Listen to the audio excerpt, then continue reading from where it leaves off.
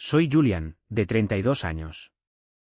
Durante 14 agotadores y agónicos meses, trabajé 80 horas a la semana para rescatar a la empresa manufacturera de mi familia del borde absoluto de la ruina financiera total, solo para que mi propio padre le diera mi ascenso prometido a vicepresidente a mi hermano menor. Él no solo me pasó por alto en privado. Me emboscó mientras estaba allí, en la sala de conferencias ejecutiva, vistiendo un traje azul marino hecho a medida que había comprado específicamente para este enorme hito en mi carrera. Mi padre me sonrió con ojos fríos y calculadores, y me dijo que entrenaría a mi hermano para que fuera mi jefe.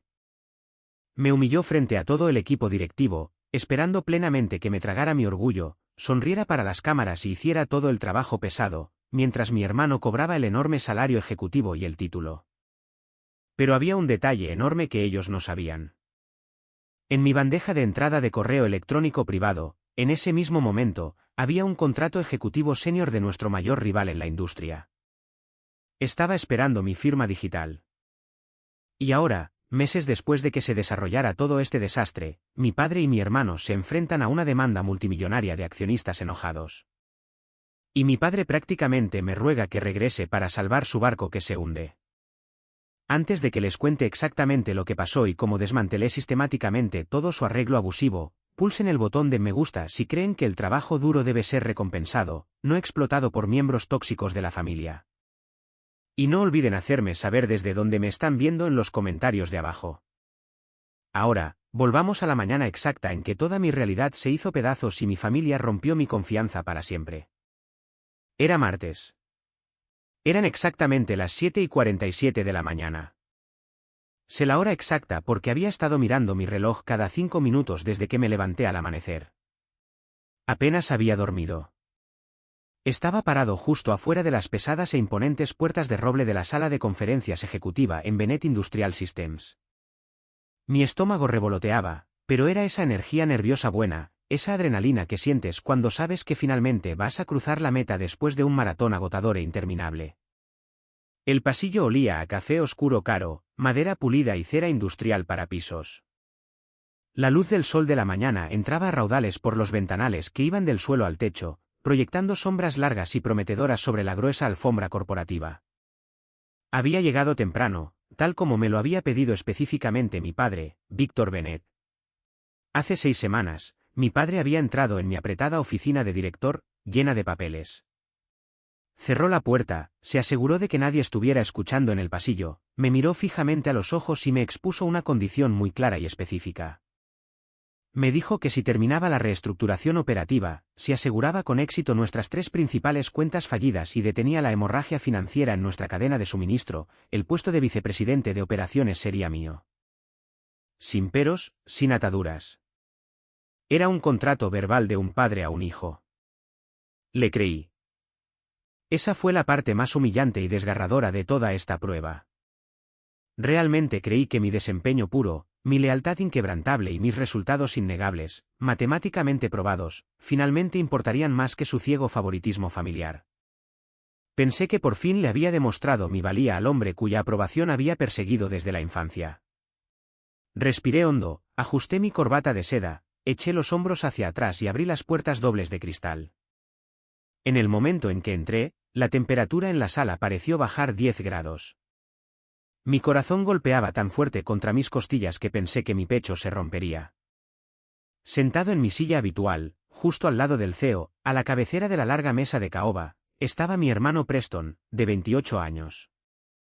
Preston vestía un traje de diseñador llamativo y ostentoso, recostado con una postura engreída y relajada, jugando con un bolígrafo de oro. Mi supervisora directa, Clara, estaba sentada frente a él, con un aspecto físicamente enfermo. Ni siquiera me miró a los ojos. Diana, la jefa de recursos humanos, estaba sentada en el extremo más alejado de la mesa con una pila de archivos de personal nuevos y de colores brillantes. Dejé de caminar. Mi portafolio de cuero de repente parecía pesar 100 libras. Metí la mano en mi bolsillo y saqué mi teléfono de la empresa. Vibraba continuamente, zumbando contra mi palma. El servidor interno de toda la empresa acababa de enviar un anuncio global a todos y cada uno de los empleados del edificio.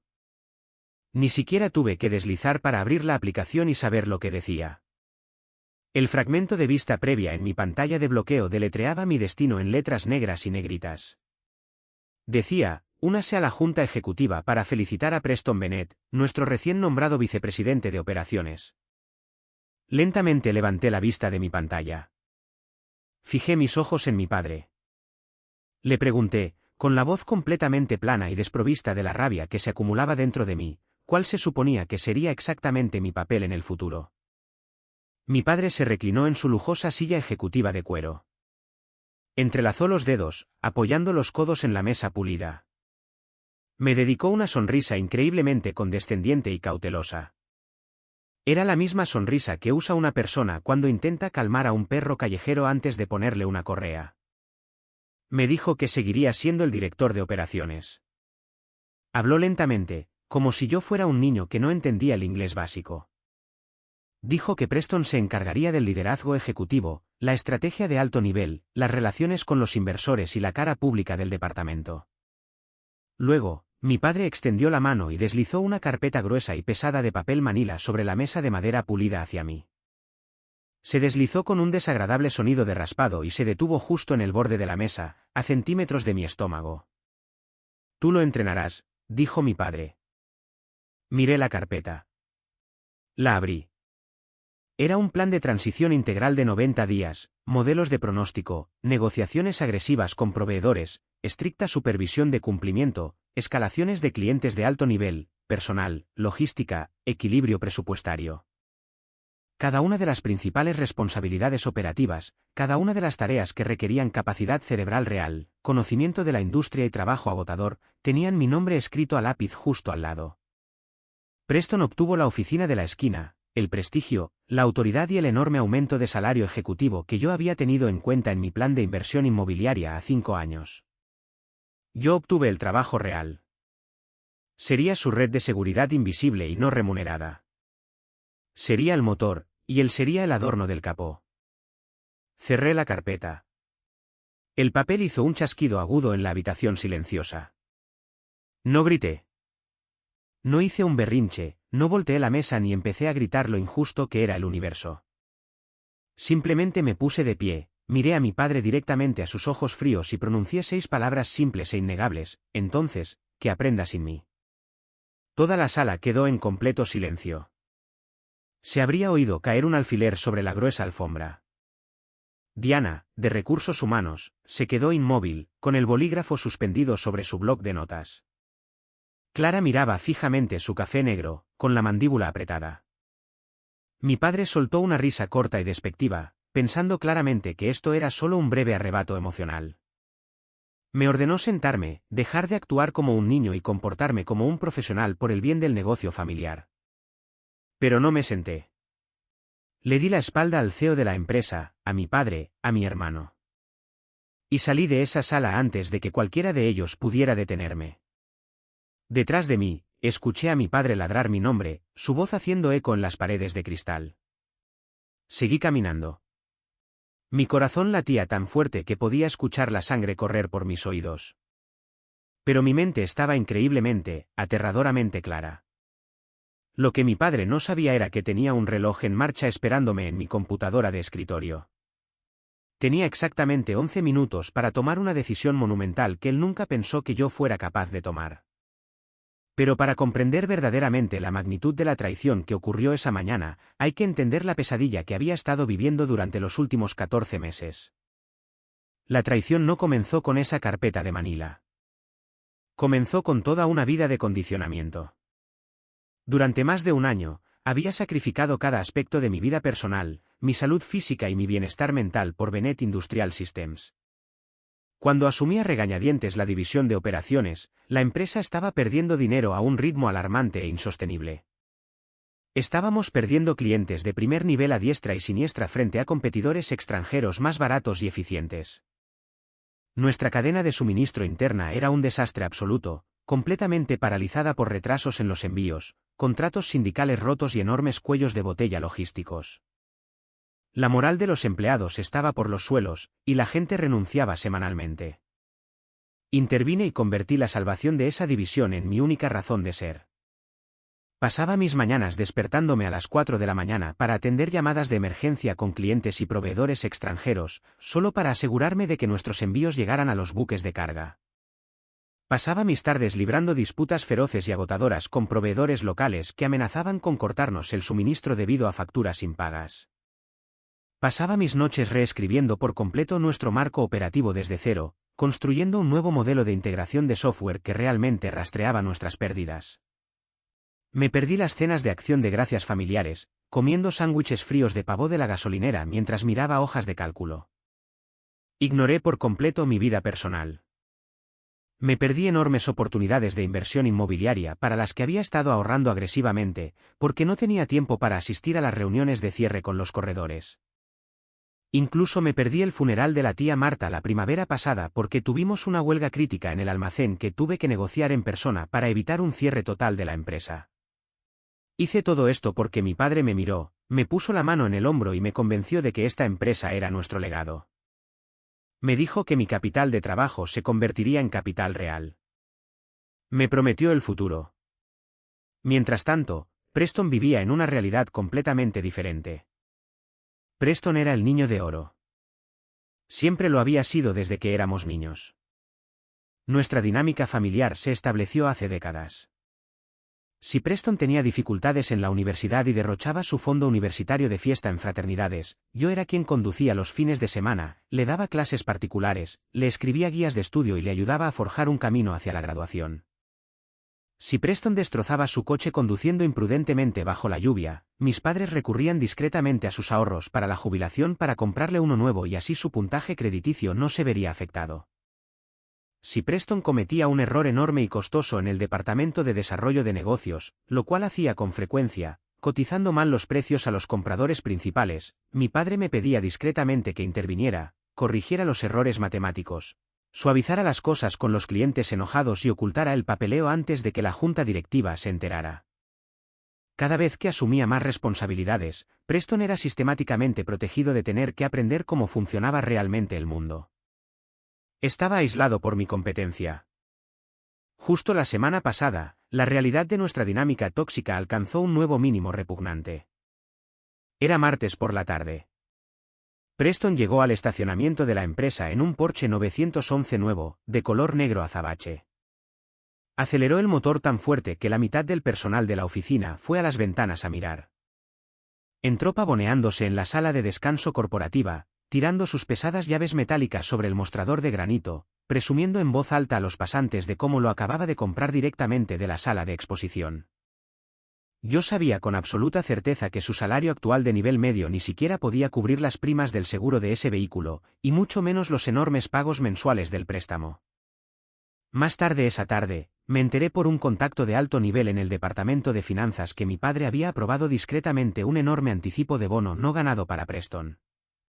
Ese dinero se extrajo directamente del presupuesto operativo que yo acababa de pasar meses estabilizando a través de recortes brutales. Estaba discutiendo con proveedores por teléfono durante horas solo para reducir los costos generales en centavos. Y mi padre le estaba entregando a mi hermano un coche deportivo de lujo solo por aparecer a trabajar a las 10 de la mañana y usar un buen traje. Cuando llamé a mi madre, Beatrice, para enfrentarla al respecto, la conversación transcurrió exactamente como siempre. La llamé de camino a casa. Mis manos agarraban el volante tan fuerte que mis nudillos se pusieron blancos. Le pregunté cómo podían justificar lógicamente drenar fondos de la empresa para mimar a un hombre de 28 años que no contribuía con nada de valor real al balance final. Ella usó su voz suave y apaciguadora, el tono exacto que siempre usaba para hacerme sentir que yo era el enojado, agresivo e irrazonable. Me dijo que Preston necesitaba un impulso de confianza después de una mala ruptura. Mencionó intencionalmente algún drama ridículo de las reuniones de su asociación de propietarios local para cambiar de tema. Y cuando me negué a dejarlo pasar y seguí presionándola, desplegó el último viaje de culpa. Me dijo que yo era el fuerte. Dijo que siempre fui tan capaz, tan implacablemente independiente y que necesitaba ser la persona más madura por el bien de la armonía familiar. Dijo que Preston solo necesitaba una victoria y que mi padre solo estaba tratando de ser un padre que lo apoyara. Siempre la persona más madura, siempre la que se esperaba que se tragara su orgullo, hiciera el trabajo sucio, limpiara los desastres y sonriera, mientras Preston se llevaba todo el crédito y cosechaba las recompensas financieras. Pero sentado en mi estrecha oficina después de salir de esa desastrosa sala de conferencias, la densa y sofocante niebla de la lealtad familiar finalmente se disipó de mi cerebro. Cerré la puerta de mi oficina con llave. Me acerqué a mi escritorio y encendí mi computadora portátil. Justo en la parte superior de mi bandeja de entrada había un correo electrónico de Meridian Logistics. Meridian era nuestro competidor más grande, agresivo y mejor financiado. Habían estado tratando de reclutarme secretamente durante 6 meses seguidos. El correo electrónico era una oferta ejecutiva final, agresivamente negociada, para un puesto de vicepresidente senior de operaciones. Venía con autoridad absoluta sobre una división 3 veces más grande que la nuestra.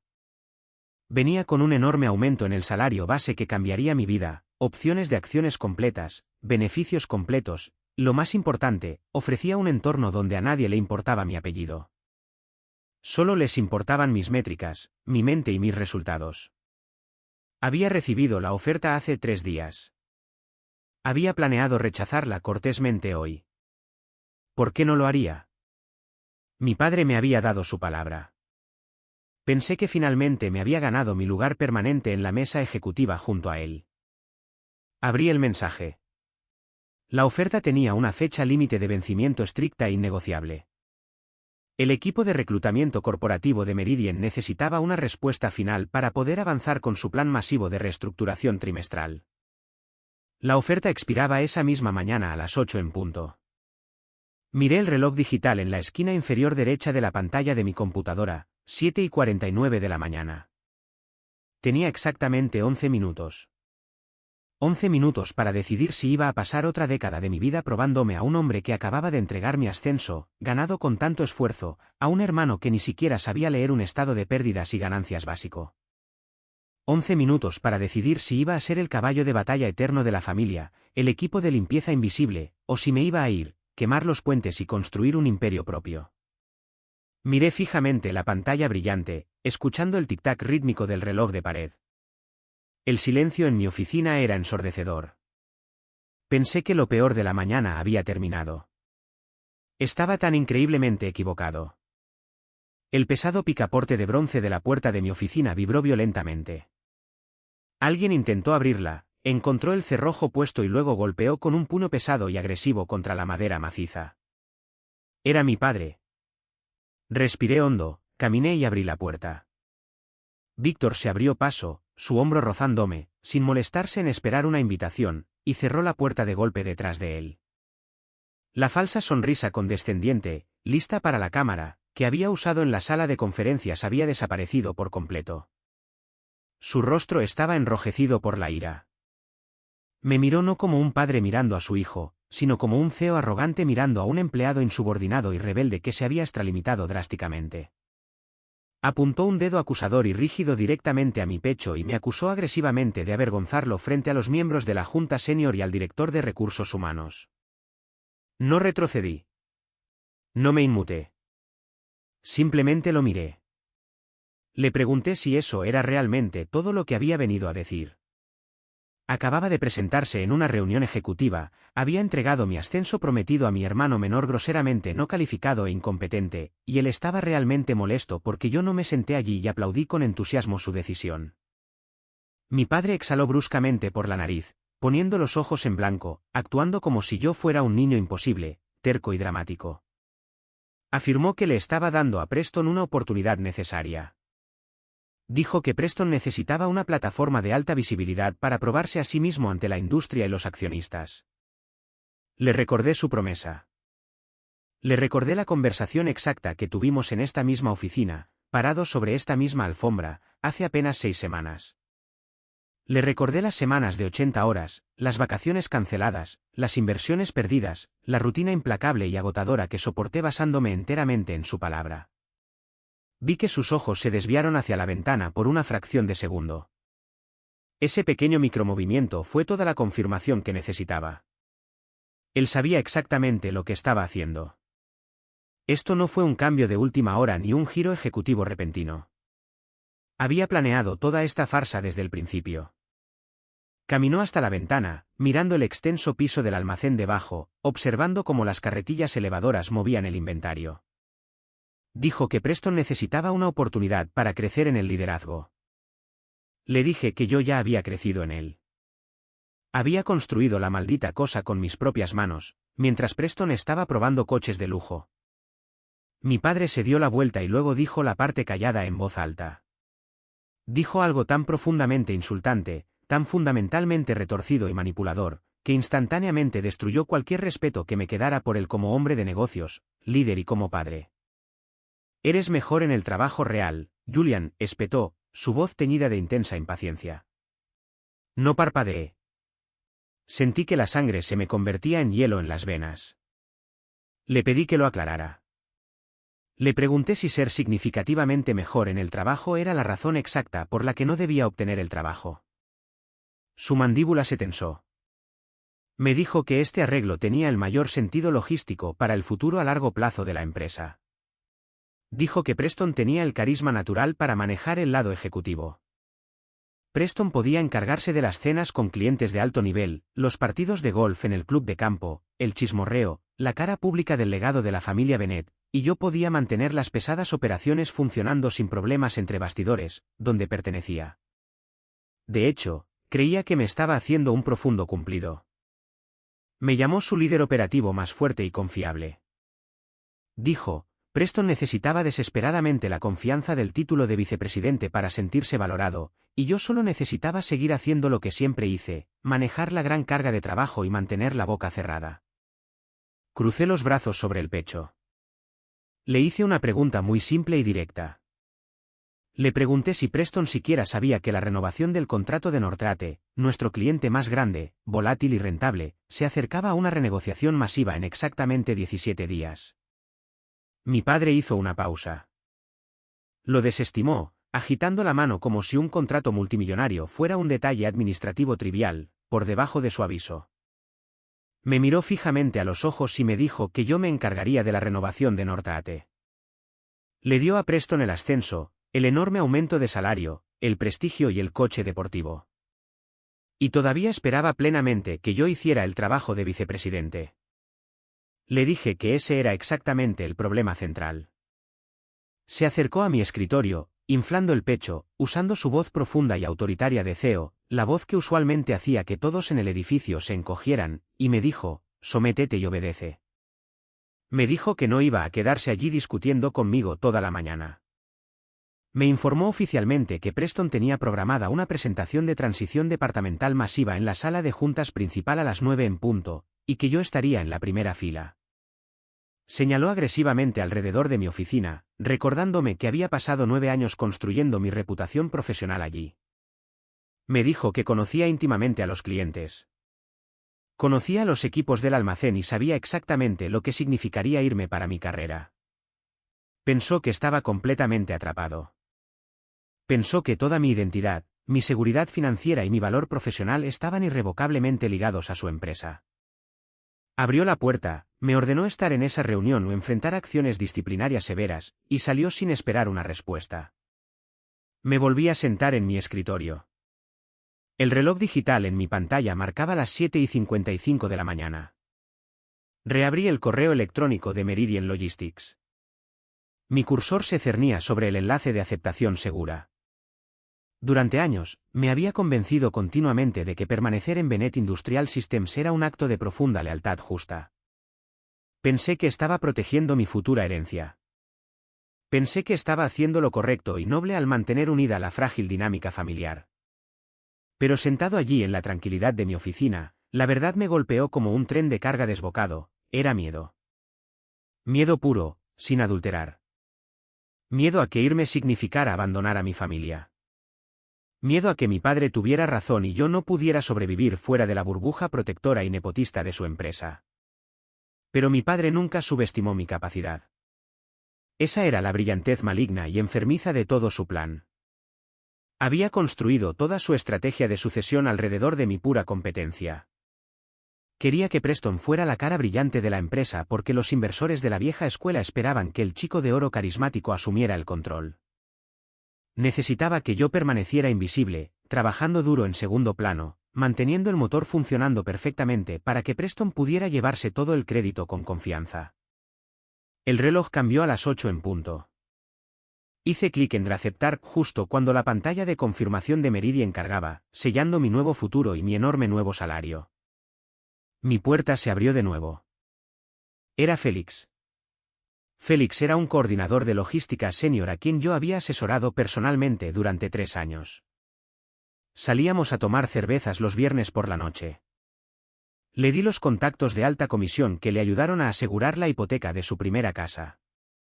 Cuando el año pasado estaba pasando por un divorcio brutal y una desagradable y muy costosa batalla por la custodia de sus hijos, le cubrí sus turnos, le pagué una consulta con mi propio abogado para ayudarlo y protegí su trabajo de recursos humanos cuando su desempeño bajó. Lo consideraba un aliado ferozmente leal, un verdadero amigo. Félix entró luciendo increíblemente nervioso. Cerró la puerta suavemente y me dijo que necesitaba calmarme. Me dijo que debía ceder, tragarme mi orgullo, disculparme con Víctor y ayudar a Preston. Dijo que si mantenía la cabeza baja y demostraba ser un buen jugador de equipo, tal vez obtendría el próximo ascenso en unos años. Miré a Félix. Le pregunté por qué de repente estaba tan profundamente interesado en el éxito de Preston. Félix no me miró a los ojos. Cambió su peso de un pie a otro, frotándose la nuca nerviosamente. Balbuceó algo vago sobre la unidad del equipo y la preservación de la cultura corporativa. Pero luego se equivocó. Mencionó un punto de fricción muy específico con respecto a las demandas de la cadena de suministro de los clientes de Nortate. Un detalle granular y altamente sensible que yo solo había anotado en mis notas de estrategia privadas y cifradas. Notas que no había compartido absolutamente con el equipo en general todavía. Lo presioné con fuerza. Me levanté, rodeé mi escritorio y exigí saber cómo sabía él sobre el fallo logístico de Nortate. Félix se rompió bajo la presión. Su rostro se puso pálido. Admitió que había estado reenviando secretamente mis listas de estrategia de clientes privadas, mis archivos de negociación con proveedores y mis informes de auditoría interna a Preston durante las últimas 2 semanas enteras. Preston necesitaba material de alto nivel para su presentación de transición para impresionar a la Junta, y Félix vio una oportunidad de oro para quedar bien con el nuevo jefe. Mi propio colega de confianza, el hombre cuyo trabajo y batalla por la custodia ayudé a salvar, me vendió por una palmadita en la espalda de un tipo que conducía un Porsche financiado por la empresa. Miré a Félix. No sentí absolutamente nada. Ni ira, ni tristeza, ni traición, solo una frialdad calculadora y una claridad quirúrgica. Le dije a Félix que saliera de mi oficina, empacara sus cosas y nunca más me hablara. La traición fue total y completa. Mi padre, mi madre, mi hermano y mi colega más cercano. Todos habían decidido colectivamente que yo era el cordero de sacrificio destinado a ser degollado por la gloria de Preston. Pero estaban a punto de descubrir que el cordero tenía dientes. La tormenta apenas comenzaba, y yo iba a ahogarlos a todos. A las 8:58 de la mañana, recogí mi cuaderno encuadernado en cuero, agarré mi bolígrafo favorito y caminé con determinación por el largo pasillo hacia la sala de juntas principal con paredes de cristal para la reunión de transición de Preston. Cuando crucé las pesadas puertas de cristal, mi padre me vio primero. La tensión visible abandonó inmediatamente sus hombros rígidos. Me dedicó un asentimiento engreído y profundamente satisfecho. Honestamente pensó que me había rendido. Pensó que el buen soldadito había vuelto a la fila, listo para recibir órdenes y limpiar el desorden. Lo ignoré por completo. Pasé por las lujosas sillas ejecutivas cerca del frente y tomé un asiento vacío cerca del extremo más alejado de la larga mesa. A mi alrededor estaban los gerentes de departamento con los que había trabajado en las trincheras durante años. Estas eran las personas que realmente conocían mi valía. Clara, una de mis gerentes senior y una aliada ferozmente leal que realmente entendía las brutales realidades de las operaciones diarias, me dirigió una mirada de pura confusión y profunda preocupación. No dije una palabra. Simplemente le di un asentimiento muy sutil y tranquilo, diciéndole en silencio que se sentara y observara el espectáculo. Preston estaba orgullosamente parado al frente de la sala, completamente en su elemento. Vestía un traje italiano hecho a medida que fácilmente costaba más de lo que ganaban algunos de nuestros trabajadores de almacén en un mes entero. Detrás de él, un enorme proyector mostraba la diapositiva del título de su presentación en una fuente corporativa audaz y ostentosa, La próxima era de operaciones, una visión estratégica de Preston Bennett. Preston comenzó a hablar, soltando inmediatamente palabras de moda corporativas vacías que claramente había memorizado de un podcast motivacional. Habló de sinergias, pivotes dinámicos, cambios de paradigma y marcos logísticos robustos. Era genuinamente vergonzoso escucharlo. Habló extensamente sobre costos de proveedores drásticamente reducidos y tiempos de entrega significativamente mejorados durante el último año fiscal, como si hubiera sido él quien agresivamente negociaba por teléfono con proveedores enojados a las 2 de la mañana en lugar de yo. Félix estaba sentado cerca del frente de la sala, asintiendo agresivamente a cada frase, tomando notas con entusiasmo en su iPad como si Preston fuera un genio visionario dando una clase magistral sobre negocios modernos. Luego, Preston hizo clic en su control remoto para pasar a la diapositiva 4. El título decía, El plan de incorporación y transición. Infló el pecho y anunció con orgullo a todo el equipo directivo que yo supervisaría personalmente su transición de 90 días al puesto de vicepresidente. Literalmente miró a la multitud, mostró su brillante y costosa sonrisa perfecta de ortodoncista y dijo, Julian conoce este departamento mejor que nadie en la industria. Honestamente, no podría pedir un maestro mejor y más dedicado para ponerme al día con los detalles técnicos. Mi padre se reclinó en su silla en la cabecera de la mesa, prácticamente radiante de orgullo. Una vez más, mi competencia, mi intelecto y mi agotador trabajo, ganados con tanto esfuerzo, estaban siendo abiertamente utilizados como la justificación misma para colocar a una persona completamente no calificada e incompetente directamente por encima de mí en la jerarquía corporativa. Preston hizo clic con confianza en la siguiente diapositiva. Un diagrama masivo y altamente complejo apareció en la pantalla gigante. Era el marco integral de optimización de proveedores. Mi marco de optimización de proveedores. Conocía cada casilla, cada conexión algorítmica, cada métrica de rendimiento, cada línea de datos históricos en esa pantalla. Había pasado 3 fines de semana enteros encerrado en la oficina de mi casa construyendo ese modelo exacto para salvar nuestros márgenes de beneficio. Lo único que faltaba conspicuamente en la esquina inferior derecha de la diapositiva eran mis iniciales. Preston apuntó con un puntero láser rojo al centro de la pantalla, declarando con confianza a la Junta que esta era la nueva estrategia agresiva que expandiríamos bajo su liderazgo visionario. Me incliné lentamente hacia adelante, apoyando los antebrazos en la fría mesa de caoba. Miré directamente a mi hermano. Mi voz era increíblemente tranquila, perfectamente firme y lo suficientemente alta para que todos en la sala pudieran escuchar claramente. ¿Qué marco es ese exactamente, Preston? Pregunté. Preston dudó. Su brillante sonrisa flaqueó por una fracción de segundo. Bajó el puntero láser rojo. Se aclaró la garganta y dijo que era el modelo de optimización de proveedores en la pantalla, el que optimizaría nuestra cadena de suministro y maximizaría las ganancias trimestrales. Asentí lentamente, actuando como si estuviera genuinamente curioso y solo buscara una aclaración básica. ¿Correcto? Entiendo. Se ve fantástico, pero ¿puede explicar al equipo directivo por qué el umbral de riesgo de suministro internacional en ese modelo tiene un peso de exactamente 18%? ¿Qué indicadores de mercado específicos o conjuntos de datos históricos lo llevaron a ese cálculo exacto? El silencio, un silencio absoluto, sofocante y pesado, cayó sobre la enorme sala de juntas. Preston se quedó paralizado como un venado en los faros. Miró desesperadamente la pantalla brillante. Miró sus tarjetas de índice, hojeándolas rápidamente. Miró a nuestro padre, el pánico creciendo en su pecho. Una visible gota de sudor se formó en su frente, capturando el duro resplandor de la luz del proyector. Se aclaró la garganta de nuevo, balbuceando débilmente que la ponderación matemática exacta era más un detalle operativo de bajo nivel y que simplemente activaba revisiones de cumplimiento secundarias para el equipo de logística. Estaba desesperadamente uniendo palabras corporativas, rezando para que formaran una frase coherente. Varios gerentes alrededor de la mesa se movieron incómodos en sus caras sillas. Algunos bajaron la vista a sus blocs de notas, avergonzados por él. Clara ocultó una enorme sonrisa de complicidad detrás de su taza de café de cerámica. Todos en esa sala con una pizca de experiencia operativa real sabían exactamente lo que estaba sucediendo.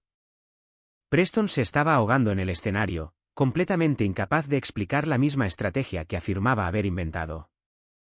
Finalmente, ahogó una excusa débil y patética, diciendo que todavía se estaba familiarizando con algunos de los puntos técnicos más finos del modelo y que volvería a ello más tarde.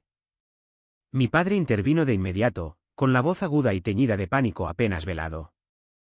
Intentó rescatar agresivamente a su niño de oro, declarando en voz alta que podríamos discutir los detalles técnicos granulares en privado después de la reunión y que necesitábamos concentrarnos en la visión general de la empresa. No rompí el contacto visual con Preston. Ignoré por completo el intento desesperado de mi padre de recuperar el control. Acepté que podríamos discutir las matemáticas más tarde, pero agregué, con mi voz cortando la tensión como una cuchilla de afeitar, que la atribución en la diapositiva debía corregirse oficialmente antes de que la presentación se distribuyera a la junta directiva. Justo en ese momento, mientras la tensión en la sala alcanzaba un punto de ebullición insoportable, las pesadas puertas de cristal se abrieron. Diana, la directora de Recursos Humanos, entró llevando una pila de carpetas de cumplimiento nuevas. Captó el final del pesado silencio y la expresión de puro y sin adulterar pánico en el rostro sudoroso de Preston.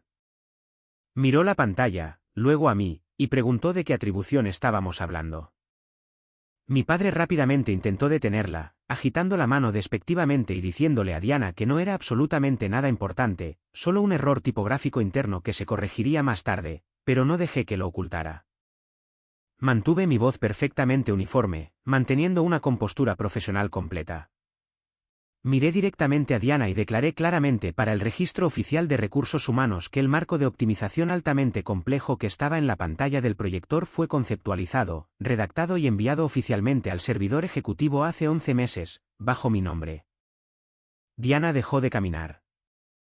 Miró el intrincado diagrama en la pantalla, luego el rostro sudoroso y culpable de Preston, y luego a mí. ¿Usted desarrolló todo este modelo, Julian?, preguntó, con la voz teñida de genuina sorpresa. Sí, respondí con fluidez. El archivo original del proyecto, con marcas de tiempo y metadatos, tiene fecha del 17 de septiembre. Está registrado de forma segura en el servidor central bajo mi ID de empleado. Clara intervino desde el otro lado de la mesa, su voz sonando clara y autoritaria en la sala silenciosa. Puedo verificar eso. Recuerdo el proceso de revisión inicial. Julian lo presentó a mi equipo el otoño pasado. Mi padre golpeó la mano plana sobre la mesa de caoba y se puso de pie abruptamente, su silla raspando ruidosamente contra el suelo. Declaró en voz alta que la reunión de transición había terminado, afirmando enojado que nos estábamos distrayendo con detalles históricos triviales y perdiendo de vista el futuro. Nadie discutió con él. Nadie lo necesitaba. El daño catastrófico ya estaba hecho. Hace 5 minutos, Preston pretendía ser el héroe conquistador, el brillante nuevo ejecutivo que heredaba una historia de éxito masiva. Ahora, cada gerente senior en esa sala se preguntaba exactamente qué tan fraudulento era realmente su nuevo vicepresidente. Mientras la sala se vaciaba rápidamente, la gente susurraba en voz baja. Mi padre me señaló con un dedo tembloroso directamente a la cara. Nos ordenó a Diana de Recursos Humanos y a mí ir a su oficina privada inmediatamente.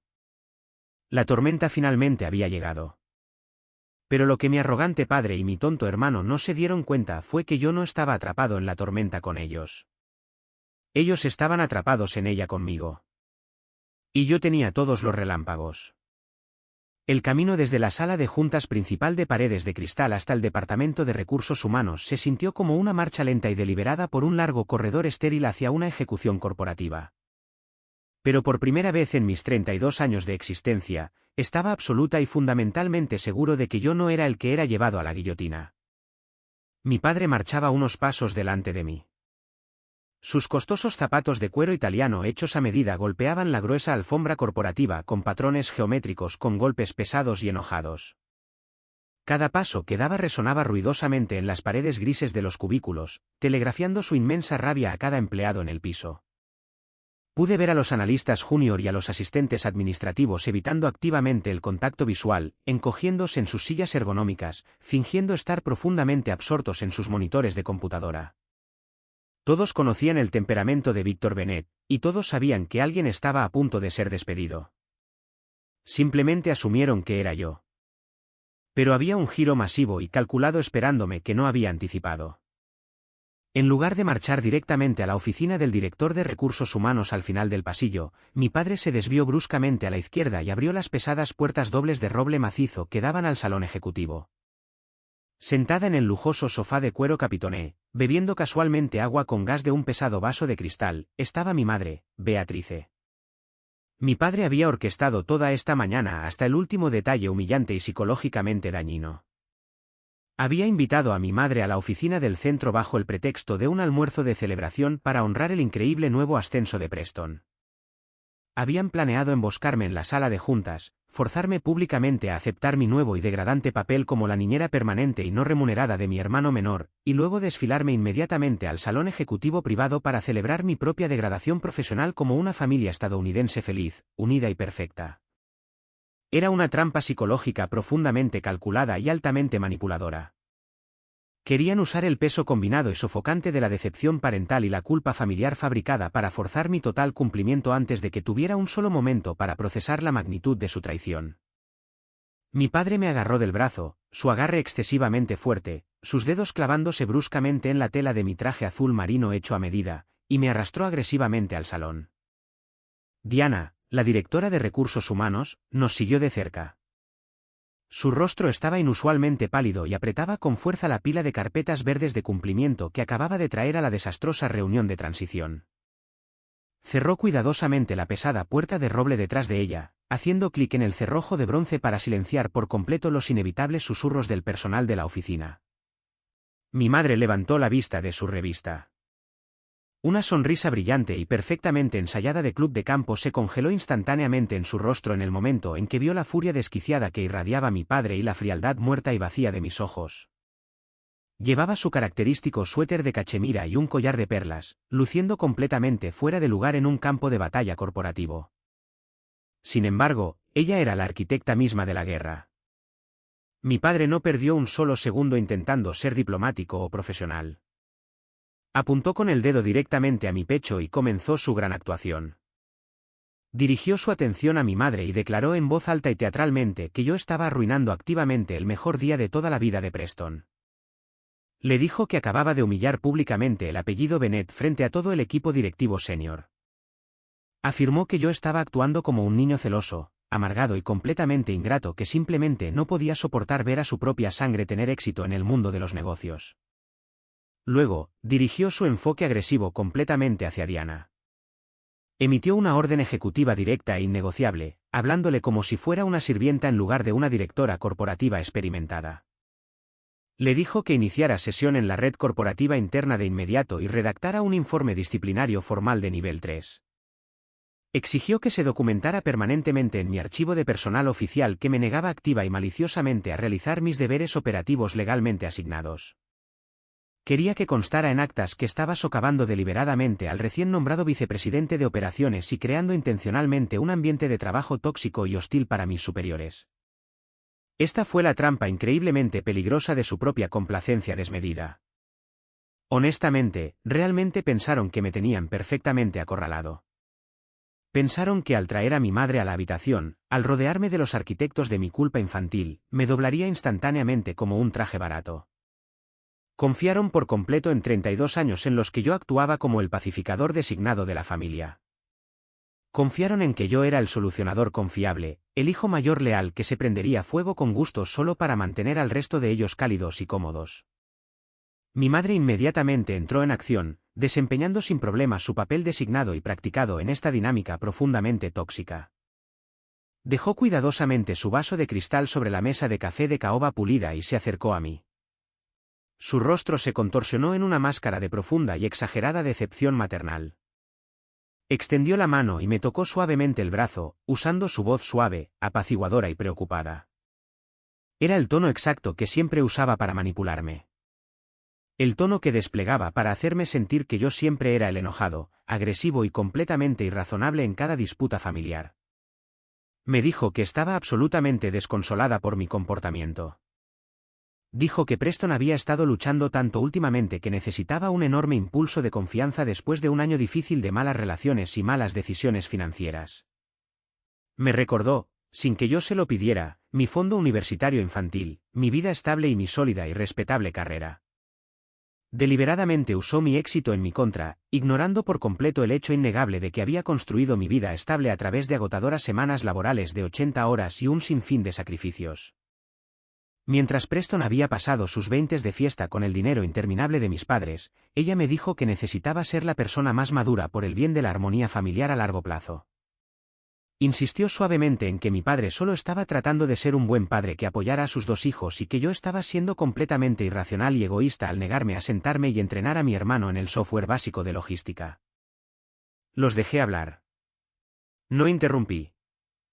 Me mantuve firme justo en el centro de la lujosa habitación, con los brazos firmemente cruzados sobre el pecho, y los dejé cavar sus tumbas más profundas con cada palabra. Observé la complacencia absolutamente asombrosa pintada en sus rostros. Estaban tan increíblemente seguros de mi sumisión total. Estaban tan ciegamente convencidos de que estaba permanentemente atrapado por mi inquebrantable lealtad al nombre Bennett. Diana caminó lentamente por el perímetro del salón, dejando caer las pesadas carpetas de cumplimiento sobre una mesa auxiliar con un golpe suave y ominoso. Miró a mi padre con mucho cuidado por el delgado borde de sus gafas de lectura. Era una profesional de recursos humanos profundamente experimentada que conocía íntima y exhaustivamente las enormes responsabilidades legales de lo que el CEO le pedía casualmente que hiciera. Se aclaró la garganta y le pidió cortésmente que aclarara exactamente qué deberes asignados me negaba activamente a realizar. Señaló, con la voz firme pero cautelosa, que necesitaba ejemplos documentados muy específicos de insubordinación para redactar un formulario disciplinario legalmente vinculante que resistiera una posible demanda. Mi padre perdió el último rastro de paciencia que le quedaba. Golpeó la mano plana sobre la mesa auxiliar de caoba, haciendo un golpe fuerte y discordante que hizo que mi madre se encogiera. Declaró en voz alta que yo me negaba rotundamente a las responsabilidades obligatorias de transición de 90 días. Afirmó agresivamente que, como actual director de operaciones, estaba legalmente obligado por la política corporativa estándar a entrenar a Preston, compartir todas mis estrategias logísticas propietarias y garantizar personalmente una entrega completamente fluida del poder ejecutivo para que la junta directiva estuviera satisfecha con el informe de transición trimestral. Apoyé mi hombro contra la costosa pared de paneles de madera. Mi voz era perfectamente firme, completamente despojada de la ira ardiente y la aplastante traición que había sentido hacía apenas una hora en la sala de juntas. Miré directamente a Diana, ignorando por completo a mis padres y su teatral actuación. Afirmé claramente para el Registro Oficial de Recursos Humanos que no me había negado a una sola tarea descrita en mi descripción de trabajo firmada. Le dije que estaba más que dispuesto a seguir desempeñando mis responsabilidades diarias existentes como director. Seguiría gestionando agresivamente mis complejas redes de proveedores. Gestionaría los enormes equipos de logística del almacén. Mantendría mis estrictas métricas de rendimiento diarias y aseguraría que nuestra cadena de suministro no colapsará. Pero lo dejé muy claro, enunciando cada sílaba, bajo ningún concepto me convertiría en el vicepresidente en la sombra no remunerado no oficial de Preston, mientras él ostentaba el prestigioso título, cobraba el enorme salario ejecutivo y conducía el Porsche financiado por la empresa. Entrenar a un superior completamente no calificado e inexperto para realizar funciones ejecutivas básicas, simplemente porque resultaba ser el hijo favorito del director ejecutivo, no figuraba en mi contrato de empleo legalmente vinculante. El rostro de mi padre adquirió un peligroso tono violáceo. Las gruesas venas de su cuello se abultaban visiblemente contra su cuello blanco almidonado. Se acercó agresivamente a mí, invadiendo por completo mi espacio personal, tratando de usar su tamaño físico para intimidarme. Me señaló con el dedo a escasos centímetros de mi nariz y me dijo que no podía reescribir arbitrariamente mis responsabilidades laborales corporativas solo porque estaba amargado y celoso por un ascenso que no me había ganado. Luego, recurrió a la manipulación emocional definitiva. Sacó a relucir mi futura herencia. Me miró con puro y sin adulterar desprecio e insinuó fuertemente que si no me ponía en línea en ese mismo instante, si no actuaba como el buen soldado y entrenaba a mi hermano, sería completamente y permanentemente eliminado del fideicomiso familiar. Me dijo que estaba intentando activa y maliciosamente destruir el hermoso legado corporativo que él había pasado 30 años construyendo desde cero. No me inmuté. No parpadeé. Simplemente los miré a los dos, las personas que se suponía que debían protegerme, guiarme y valorar mis contribuciones. Los miré y finalmente me di cuenta de que ellos eran exactamente las personas de las que desesperadamente necesitaba protección. La trampa estaba perfectamente tendida. Las fauces estaban abiertas, pero ellos eran los que estaban justo en medio de ella. Metí la mano en el bolsillo interior del pecho de la chaqueta de mi traje azul marino a medida. Mis movimientos fueron lentos, deliberados y completamente desprovistos de cualquier vacilación. Saqué lentamente un sobre blanco, brillante y nuevo. Lo extendí, pasando por alto el dedo acusador de mi padre y se lo entregué directamente a Diana al otro lado de la sala. Mi padre detuvo su furiosa perorata a mitad de frase, su mano, aún apuntando agresivamente a mi pecho, bajó lentamente a su costado. Miró el sobre blanco, un destello de confusión genuina y sin adulterar reemplazando brevemente su ira cegadora. Mi madre detuvo al instante su llanto fabricado a voluntad y miró el papel, frunciendo el ceño por la confusión. Mi padre me preguntó, su voz retumbante de repente bajando una octava a un tono ronco y nervioso, ¿qué diablos era eso? Lo miré directamente a sus ojos fríos y calculadores, y le dije que era mi carta de renuncia formal e irrevocable.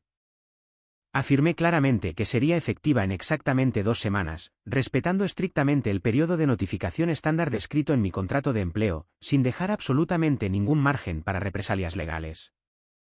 El silencio que rápidamente se apoderó de ese lujoso salón ejecutivo fue absoluto, pesado y completamente sofocante.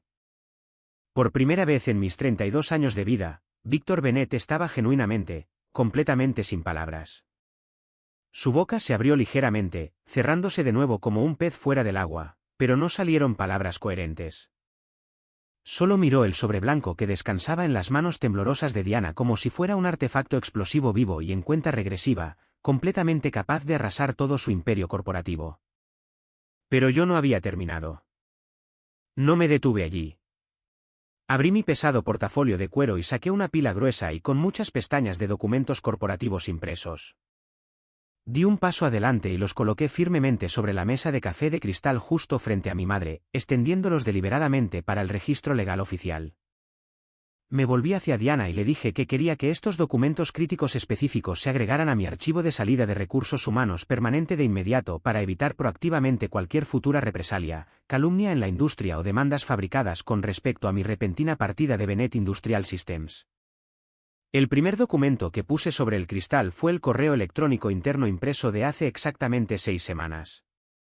El correo electrónico donde mi padre explícitamente, por escrito, usando su cuenta corporativa oficial, me prometió el puesto de vicepresidente si completaba con éxito la masiva reestructuración operativa para el tercer trimestre. El segundo documento fue mi evaluación de desempeño anual más reciente. Estaba firmada y fechada en tinta azul por el propio mi padre, dándome la calificación más alta posible en cada métrica y acreditándome explícitamente por salvar a la empresa de declararse en bancarrota según el capítulo 11.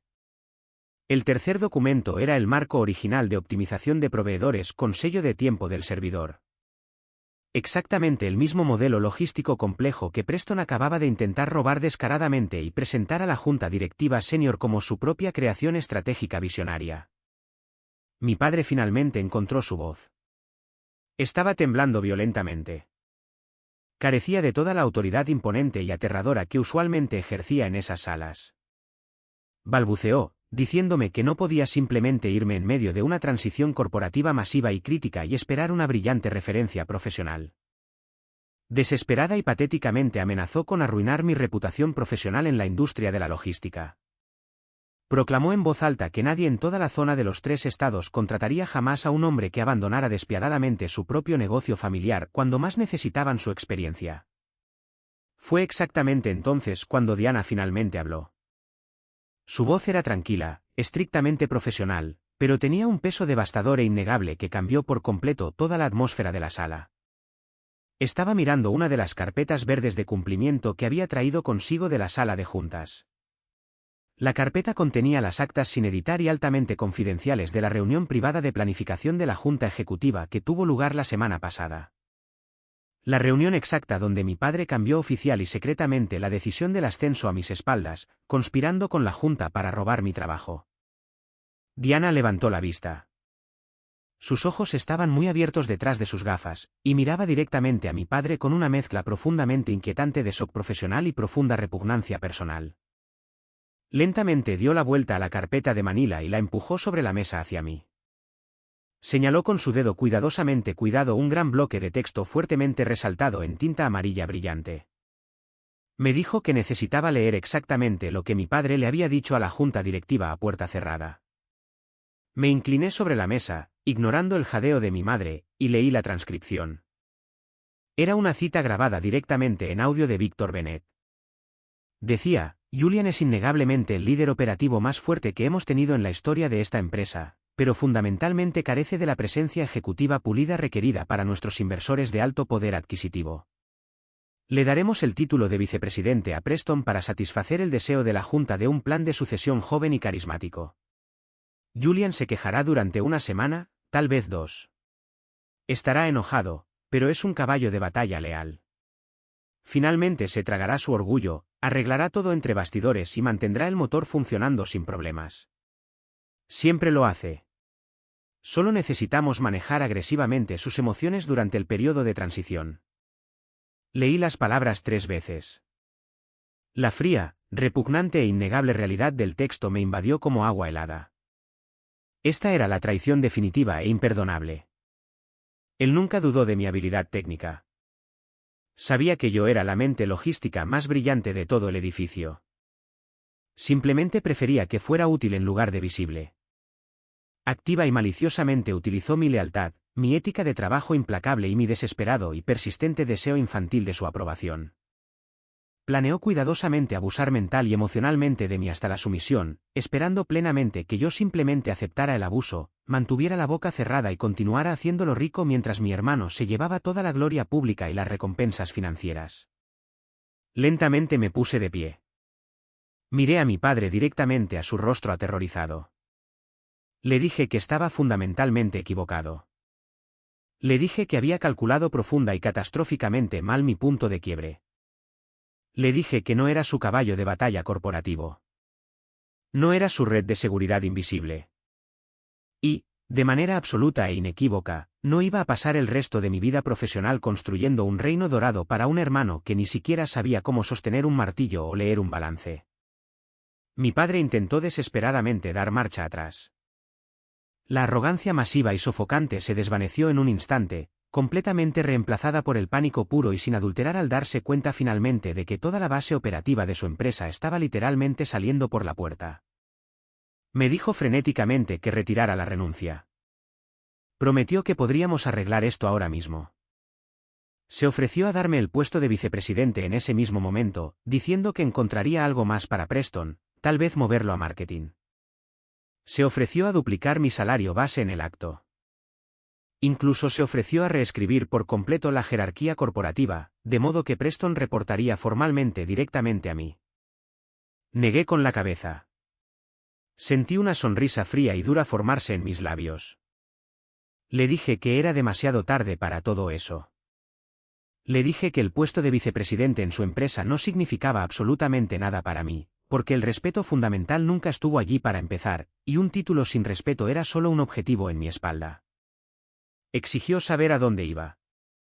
Insistió, con la voz quebrándose horriblemente, en que podía igualar financieramente cualquier paquete de compensación que me ofrecieran. Lo miré, sintiendo una profunda y absoluta sensación de paz inundar mi alma. Le dije que ya había aceptado oficialmente un puesto de vicepresidente senior en Meridian Logistics. Mi padre literalmente tropezó hacia atrás un paso, golpeando fuertemente su hombro contra el sofá de cuero. Toda la sangre se le escurrió de la cara, dejándolo pálido, viejo y enfermizo. Mi madre jadeó ruidosamente, cubriéndose la boca con su mano manicura. Meridian Logistics era el depredador alfa indiscutible de nuestra industria. Eran despiadados, fuertemente financiados, cotizaban en bolsa y nos habían estado robando agresivamente cuota de mercado durante más de un año. Le dije que estaría gestionando una división operativa 3 veces más grande que toda su empresa. Le dije que legalmente acepté la oferta exactamente 11 minutos después de que él, con una sonrisa engreída, me dijera que entrenara a Preston en esa sala de juntas.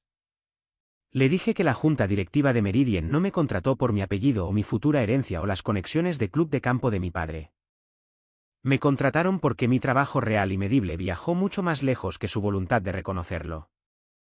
Miré a Diana, le agradecí sinceramente su estricta profesionalidad e integridad, y salí del salón ejecutivo. Dejé a mis padres allí, en el silencio sofocante, mirando inexpresivamente los restos destrozados y completamente arruinados de su manipulador plan maestro. Hagamos una pausa por un momento. Gracias por haberme acompañado hasta aquí. Eres realmente increíble. Por favor, ayúdame dándole me gusta al vídeo y comentando el número 1 a continuación, para que sepa que has estado aquí conmigo hasta este punto. Esto no solo ayuda a que más personas descubran esta historia, sino que también me permite saber que mis experiencias significan algo para alguien. Tu apoyo es la mayor motivación para que siga compartiendo el resto de este viaje. Las últimas 2 semanas de mi empleo en Bennett Industrial Systems fueron una impresionante y meticulosamente ejecutada maestría en cumplimiento malicioso. Quiero ser muy claro sobre mis acciones durante este periodo. No saboteé activamente la empresa. No inicié sesión en los servidores seguros y eliminé archivos propietarios. No robé datos confidenciales de clientes. Y ciertamente no rompí intencionalmente ningún sistema de software ni interrumpí la cadena de suministro. Eso habría sido increíblemente aficionado, altamente ilegal, y le habría dado a mi padre la munición legal exacta que él desesperadamente quería para una demanda masiva de represalia. En cambio, hice algo mucho más devastador. Algo que desmanteló completa y sistemáticamente la gran ilusión de la competencia ejecutiva de Preston frente a toda la empresa. Simplemente dejé de hacer el trabajo de todos los demás. Hice exactamente lo que mi contrato de director de operaciones describía hasta la última letra microscópica. Y no hice ni una sola tarea más. Trabajé desde las 9 de la mañana hasta las 5 de la tarde. Ni un minuto antes, ni un minuto después. Tomé mi descanso para almorzar completo, legalmente obligatorio. El cambio catastrófico en la realidad diaria de la empresa se hizo brutal y dolorosamente obvio en 48 horas. El miércoles por la mañana, nuestro proveedor de empaques de nivel medio, Vanti, reportó un retraso masivo en el envío debido a un frente meteorológico severo en el Medio Oeste. Requirió una anulación ejecutiva inmediata para autorizar un envío aéreo de emergencia increíblemente costoso para mantener nuestras principales líneas de montaje en movimiento.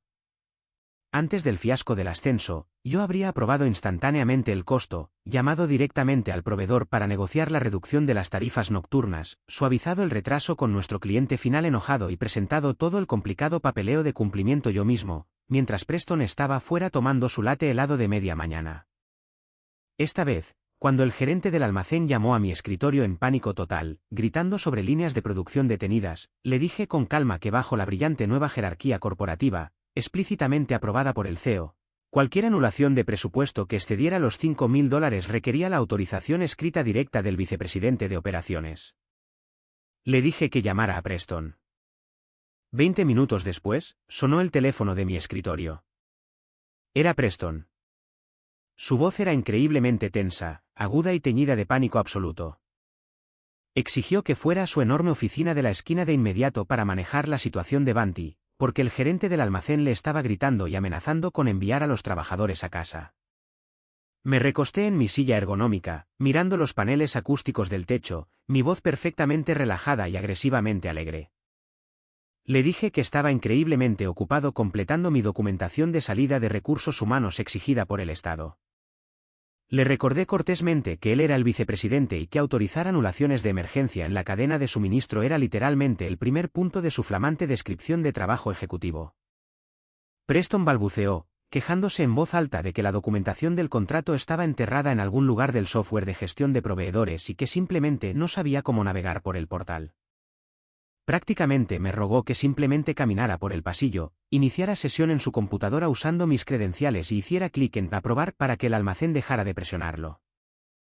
Le aconsejé que llamara al departamento de TI para un tutorial de software, le sugerí encarecidamente que leyera todo el contrato con el proveedor antes de autorizar arbitrariamente un gasto masivo y, suavemente, colgué el teléfono. Dejé que el silencio resonara en mi oficina. Era hermoso. Dejé que el vicepresidente fuera el vicepresidente. Las consecuencias fueron espectaculares e inmediatas.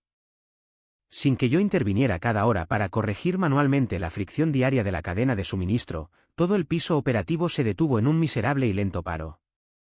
Preston falló 2 objetivos críticos de pronóstico el jueves por la tarde porque literalmente no sabía cómo extraer los datos históricos del servidor y era demasiado arrogante para pedir ayuda a los analistas de datos junior. El punto de quiebre absoluto, el momento definitivo, la retorcida realidad del plan de sucesión de mi padre colapsó en televisión en vivo durante una masiva videoconferencia con Northgate. Northgate era nuestro cliente más grande, exigente y rentable. La llamada se suponía que era una revisión trimestral de rutina para asegurar la renovación de su próximo contrato multimillonario. Normalmente, yo dirigía esta llamada con precisión militar, navegando sus demandas de precios increíblemente agresivas con cuidadosos modelos de datos y una relación personal establecida. Me senté en la sala de juntas cumpliendo con mi asistencia obligatoria, pero no pronuncié una sola palabra. Mantuve mi micrófono en silencio todo el tiempo. Preston intentó dirigir la reunión, pero sonaba como un estudiante universitario nervioso, leyendo ciegamente de un guión que no entendía. Cuando la agresiva representante principal de Northgate, una aterradora y seria potencia corporativa llamada Naomi, comenzó a presionarlo sobre las escaseces de capacidad específicas en el tercer trimestre y a exigir agresivamente tablas de tarifas ajustadas, Preston se paralizó por completo. Me miró a través de la enorme mesa de caoba de la sala de juntas. Sus ojos estaban muy abiertos por el puro terror, suplicando en silencio que interviniera, tomara el micrófono y lo salvara como siempre hacía. Yo simplemente lo miré fijamente, con el rostro completamente inexpresivo, sin ofrecer absolutamente ninguna ayuda. Tomé un sorbo lento y deliberado de mi agua. La voz de Naomi resonó a través de los altavoces de alta definición de la sala de conferencias como un látigo. Exigió saber por qué Julian Bennett no estaba liderando activamente esta negociación crítica. Declaró explícitamente para que toda la sala escuchara que toda la relación corporativa de Northgate con Bennett Industrial Systems se construyó enteramente sobre mi fiabilidad operativa, no sobre el apellido Bennett.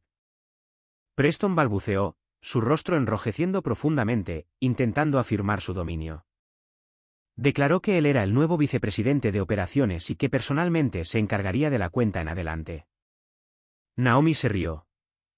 Fue una risa corporativa fría, áspera y profundamente intimidante. Le dijo a Preston que no le importaba qué título elegante le hubiera comprado su papi. Dijo que si Julian Bennett no garantizaba personalmente sus métricas de cadena de suministro, Northgate retiraría formalmente su contrato a fin de mes. Luego, sin esperar una respuesta o una contraoferta, desconectó la llamada. La pantalla gigante de televisión se puso negra. Cuando finalmente llegó mi último viernes a las 5 de la tarde, no empaqué una caja de cartón con fotos enmarcadas y material de oficina. Había llevado discretamente mis pertenencias personales a casa días antes para evitar una escena. Simplemente organicé mi escritorio, coloqué mi credencial de identificación corporativa y mi tarjeta de crédito de la empresa cuidadosamente en el centro del teclado, y salí del edificio. No fui a la oficina del CEO para despedirme de mi padre. No busqué a Preston. Caminé hasta mi coche, encendí el motor y me alejé de la pesadilla tóxica que había llamado negocio familiar durante casi una década. La tormenta finalmente había terminado para mí. Pero para ellos, el huracán de categoría 5 apenas estaba tocando tierra. 3 meses después, mi vida se veía completa y fundamentalmente diferente. Entré en la enorme suite ejecutiva de paredes de cristal de Meridian Logistics, mi pesada placa de bronce con mi nombre orgullosamente expuesta en el escritorio de roble macizo, Julian Bennett, vicepresidente senior de operaciones. El ambiente corporativo aquí era intenso, muy exigente e increíblemente rápido. Pero por primera vez en mi vida profesional, estaba respirando aire puro. Al CEO de Meridian, un hombre agudo y ferozmente inteligente llamado Marcus, no le importaba quién era mi padre. No le importaban mis políticas familiares o mi herencia. Solo le importaba el hecho de que bajo mi liderazgo directo, nuestra división ya había logrado reducir el 12% del desperdicio operativo en un solo trimestre fiscal. Cuando hablaba en las reuniones de la Junta Ejecutiva, la gente realmente escuchaba mis estrategias. Nadie me ignoraba para ver quién estaba realmente a cargo. Nadie esperaba que susurrara las respuestas estratégicas basadas en datos para que un chico de oro pudiera repetirlas en voz alta para robar el crédito. Mientras yo estaba ocupado construyendo un imperio masivo en Meridian, Bennett Industrial Systems se estaba quemando rápida y catastróficamente hasta los cimientos. Escuché los detalles granulares y agonizantes a través de la red de la industria, principalmente de Fiona, mi ex asistente administrativa. Me llamaba ocasionalmente durante sus descansos para almorzar para desahogarse sobre el caos absoluto y sin paliativos que se desataba en la antigua oficina. Sin mí allí para actuar constantemente como amortiguador invisible, la profunda y asombrosa incompetencia de Preston se convirtió en una responsabilidad evidente e inevitable. Él gestionó desastrosamente una importante disputa con un proveedor por un pago atrasado que resultó en una paralización paralizante de 2 semanas en las materias primas. Alienó por completo al equipo de gestión del almacén con su actitud arrogante y condescendiente, lo que provocó que 2 de nuestros líderes de turno más experimentados renunciaran sin previo aviso, lo que paralizó gravemente la producción diaria.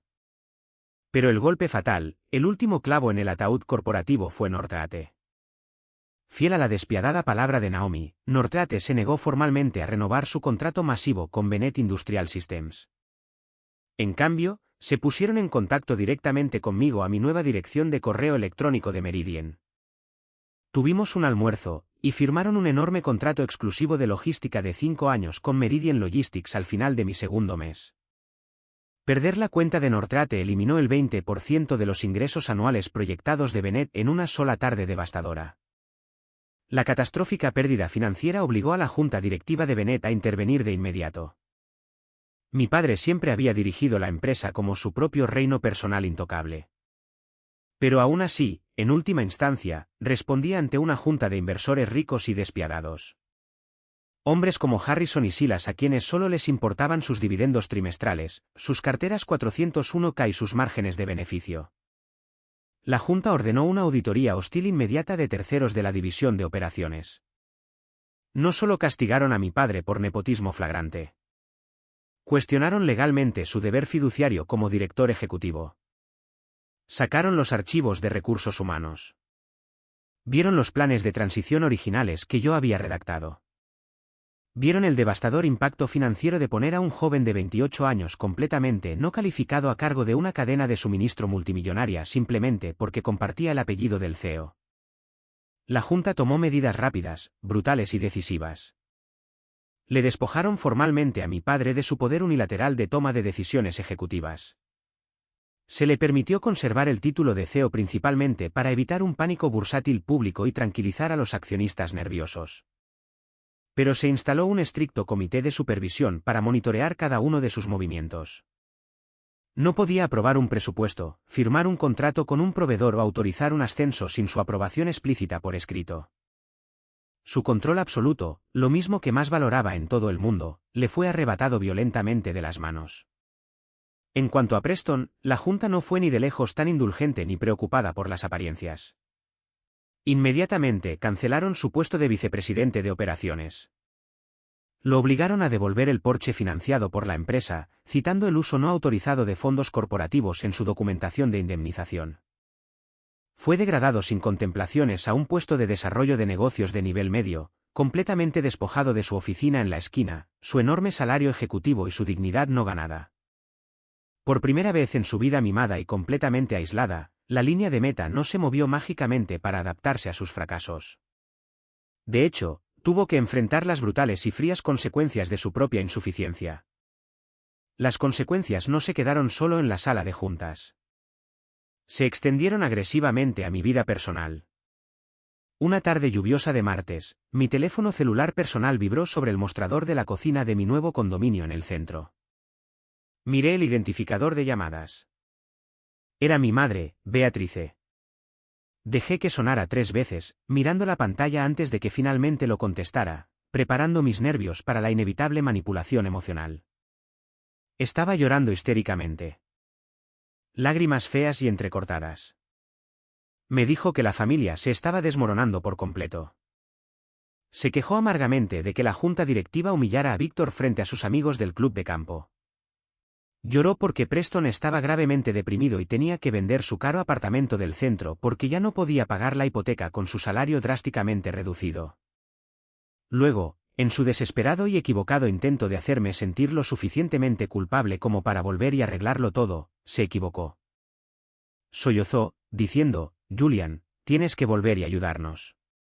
Preston está arruinado. Solo presioné a tu padre para que le diera el ascenso y el coche porque pensé que finalmente lo haría sentir como un hombre de verdad. Pensé que lo entenderías. Siempre fuiste el fuerte. Siempre tuviste tu fondo universitario, tus inversiones, tu vida estable. Él necesitaba esto para sentirse importante. Me quedé inmóvil en mi tranquila cocina. La última pieza oculta del rompecabezas se encajó violentamente. Mi padre era el arquitecto arrogante de la traición, pero mi madre era el veneno insidioso que le susurraba al oído. Ella había presionado activamente para robar mi ascenso, mi arduo trabajo y mi futuro profesional, simplemente para mimar a su frágil e incompetente hijo de oro. Ella había orquestado activamente mi destrucción, asumiendo que yo simplemente absorbería el enorme dolor financiero y emocional y continuaría proveyéndoles por un sentido de deber tóxico y equivocado. No grité. No la maldije. Simplemente hablé con una frialdad y una finalidad absolutas que terminaron permanentemente nuestra relación. No lo hiciste un hombre, mamá, dije, mi voz extrañamente tranquila, resonando en el condominio vacío. Lo convertiste en un parásito. Y cuando intentaste forzarme a ser su anfitrión, perdiste a tu otro hijo. Colgué el teléfono sin esperar una respuesta. Abrí mi lista de contactos. Seleccioné su nombre, seleccioné el nombre de mi padre y seleccioné el nombre de Preston. Los bloqueé a todos permanentemente. Corté el cordón umbilical tóxico de una vez por todas. 6 meses después, me senté solo en mi espaciosa y tranquila oficina en Meridian Logistics, observando cómo la puesta de sol pintaba el horizonte de la ciudad con hermosos tonos de naranja intenso y morado profundo. La energía frenética, desesperada y sofocante que había definido toda mi vida adulta en Bennett Industrial Systems había desaparecido completa y absolutamente. La ansiedad constante y agotadora en la boca del estómago. El miedo a no ser nunca lo suficientemente bueno. El ciclo agotador e interminable de probar mi valía a personas que estaban completamente decididas a malinterpretarme. Todo se había evaporado. Fue reemplazado por una paz profunda e inquebrantable que nunca antes había conocido. Abrí el cajón inferior de mi pesado escritorio de roble. Dentro, guardada debajo de algunos viejos informes financieros trimestrales, estaba la gruesa carpeta de transición de Manila que mi padre había empujado agresivamente sobre esa mesa de conferencias de caoba en esa fatídica mañana. La carpeta que se suponía que me encadenaría a una vida de servidumbre invisible y no apreciada. No la guardé por despecho. No la guardé porque necesitara más pruebas de su traición. La guardé como un ancla física y tangible a la realidad. Cada vez que la miraba, recordaba instantáneamente el momento exacto en que finalmente comprendí la enorme diferencia que cambia la vida entre ser necesario y ser genuinamente valorado. Durante años, me había convencido profunda y tontamente de que si solo trabajaba más duro, si solo me quedaba en la oficina hasta más tarde, si solo sacrificaba más de mi propia felicidad personal y mis metas financieras, eventualmente me ganaría el respeto de mi padre y el amor incondicional genuino de mi madre. Pensé que volverme completamente indispensable para el negocio familiar era la clave definitiva para asegurar mi lugar permanente en sus corazones. Pero estaba fundamentalmente equivocado. Ser indispensable no les ganó su respeto. Solo los convenció de que mis límites personales no existían. Les enseñó que toleraría absolutamente cualquier cosa, absorbería cualquier insulto y soportaría cualquier robo financiero o emocional, todo en nombre de una ciega lealtad familiar. Pensaron que mi capacidad era un recurso natural infinito que podían explotar indefinidamente sin tener que pagar por ello. Pero la brutal verdad que aprendí, la poderosa lección que fundamentalmente remodeló toda mi existencia, es que no puedes negociar tu autoestima con personas que se benefician directamente de tu falta de límites. Cuando los miembros tóxicos de la familia exigen tu lealtad incondicional, lo que suelen exigir es tu rendición incondicional. Quieren que te prendas fuego simplemente para mantenerse calientes. Mi padre le dio mi ascenso, ganado con tanto esfuerzo, a mi hermano groseramente incompetente y me ordenó arrogantemente que lo entrenara. Intentó construir un legado frágil y falso a costa de mi trabajo silencioso y agotador. Pero en el mismo instante en que me negué a cargar el inmenso peso del título no ganado de otra persona, en el momento exacto en que dejé de actuar como el escudo humano para sus errores interminables y costosos, toda su realidad fabricada se derrumbó bajo su propio peso vacío. No destruí Bennett Industrial Systems.